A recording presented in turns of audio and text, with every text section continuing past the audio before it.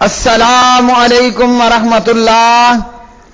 میرے پیارے بھائیوں اور میری معززات ماں بہنوں بیٹیوں، بلوغ المرام کتاب الصلاۃ باب صدقۃ التطوع سبق نمبر ہے 136۔ بسم اللہ الرحمن الرحیم۔ عن ابی ہریرہ رضی اللہ تعالی عنہ قال قیل یا رسول اللہ صلی اللہ علیہ وسلم ای الصدقۃ افضل قال جهد المقل وابدأ بمن تعول اخرجہ احمد وابو داود وصححہ ابن خزیمہ وابن حبان والحاکم۔ حضرت ابو ہریرہ رضی اللہ تعالی عنہ راوی ہیں، نبی علیہ الصلوۃ والسلام سے پوچھا گیا کون سا صدقہ افضل ہے؟ آپ علیہ الصلوۃ والسلام نے فرمایا کم مال والے کا محنت مشقت کر کے صدقہ دینا، اور صدقے کی ابتدا ان سے کرو جن کی کفالت کہ تم ذمہ دار ہو۔ تو پیارے بھائیوں اور میری بہنوں، اس حدیث سے یہ معلوم ہوا کہ جب آدمی کے پاس مال کی کمی ہو پھر اتنا صدقہ خیرات کرے جتنی اس کی حالت اجازت دیتی ہو، تو ایسی حالت میں کیا ہوا صدقہ دوسرے صدقات سے افضل ہے۔ یعنی خود میرے پاس مال کم ہے لیکن اس کے باوجود صدقہ کرنا یہ افضل ہے۔ جیسا کہ ایک موقع پر جامعہ الدعوہ الاسلامیہ مرکز طیبہ مریدکے میں شیخ الحدیث حافظ عبدالسلام بن محمد حافظہ اللہ تعالی نے جامعہ کے طلبہ سے یہ فرمایا، اور یہ کیوں فرمایا کہ جامعہ کے طالب علم روٹیوں کے کنارے جو ہے وہ چھوڑ دیا کرتے تھے، تو حافظ عبدالسلام بن محمد بٹوی صاحب حافظہ اللہ نے ہم طلبہ سے یہ کہا کہ روٹی کو ضائع مت کرو، اس کی قدر کرو، یہ بڑی محنت سے تمہارے پاس پہنچتی ہے۔